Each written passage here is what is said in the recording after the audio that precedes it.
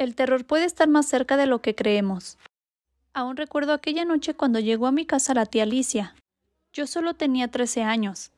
Yo siempre había escuchado entre pláticas de la familia que su belleza era inigualable, pero yo no la conocía hasta ese día. Mis papás me dijeron que se quedaría en nuestra casa por unos días, pues su esposo, mi tío Jorge, había fallecido de una forma muy extraña, y ahora ella se sentía muy sola. La verdad no era algo que me incomodara, pues yo también sentía que tener compañía no estaba mal. La primera noche que cenamos juntos, todo parecía ser normal. No mentían cuando decían que mi tía era una mujer muy bella, pues a pesar de su avanzada edad, conservaba su elegancia y su belleza. La verdad me dio pena preguntarle su edad, pero yo calculaba que no tendría más de 60 años. Era una mujer muy seria, además parecía estar triste por la pérdida de su esposo. Esa noche mi mamá había hecho para cenar atole de chocolate y donas de azúcar. Platicamos un buen rato, en realidad yo casi no dije nada, pues la plática era más sobre la muerte de mi tío. Había fallecido de una forma muy extraña, pues todo el día había estado bastante normal. Simplemente una noche durmió y ya no despertó. O al menos eso fue lo que contó mi tía aquella noche. Pasaba ya la medianoche y nos fuimos a dormir. Mis papás le adaptaron un cuarto pequeño a mi tía, el cuarto de visitas. Ella nos dijo que no quería dar molestias, así que ese cuarto estaba bien. Su cuarto estaba exactamente al lado del mío. Yo me bañé como de costumbre y me fui a dormir.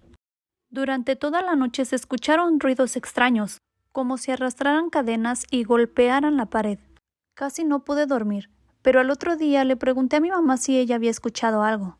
Ella me contestó que no, que quizá había soñado. Mi tía me agarró del cabello y dijo: «Necesitas descansar, hija». En ese momento sentí un escalofrío por todo mi cuerpo, y aunque quise no prestarle atención, todo el día estuve pensando en ese momento. Se llegó la noche de nuevo, los ruidos volvieron a despertarme. Revisé mi reloj y eran las 3 de la mañana. Los ruidos eran de verdad bastante molestos. Estaba segura de que algo arrastraban. Salí con mucha precaución y me acerqué a la puerta del cuarto donde dormía mi tía. Justo cuando estaba en la puerta, los ruidos desaparecieron. Se escucharon unos pasos muy fuertes que iban hacia afuera. Se movió la manija de la puerta, como si mi tía quisiera abrirla. En ese momento me eché a correr. Me aventé de un salto a mi cama y me tapé todo el cuerpo. Realmente no supe si mi tía me había visto, y tampoco quería averiguarlo. A la mañana siguiente, en el desayuno, le conté a mi mamá lo que había sucedido, pero una vez más me dijo que quizá había soñado, que ella no había escuchado nada, que tal vez los exámenes finales de la escuela me tenían bastante nerviosa. Pero yo estaba segura de lo que había vivido. Se llegaba la noche y yo comenzaba a tener miedo. Había planeado tener más cuidado esta vez y vigilar muy de cerca a mi tía. Yo estaba segura que ella hacía algo por las noches y tenía que averiguarlo. Ya eran las 10 de la noche y yo fingí tener mucho sueño, pues no había dormido bien.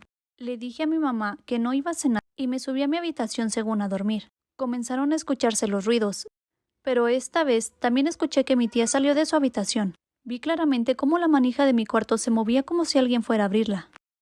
Me hice la dormida y solo escuché cómo abrieron mi puerta y la volvieron a cerrar, como si solo se hubieran percatado de que realmente estaba dormida. Escuché los pasos de mi tía bajando por las escaleras. La puerta principal se abrió y fue entonces cuando salí a averiguar a dónde iba mi tía. Tenía muchísimo miedo, pero debía descubrir qué era lo que escondía, pues si era algo malo yo debía decírselo a mis padres para que no viviera más con nosotros.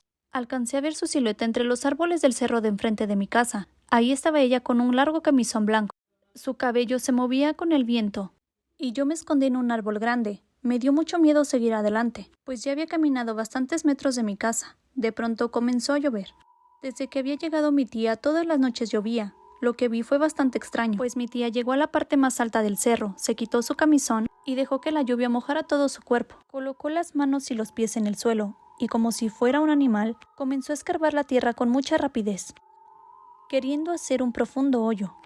Después vi claramente cómo sacaba de su boca sangre, y su cuerpo comenzó a transformarse.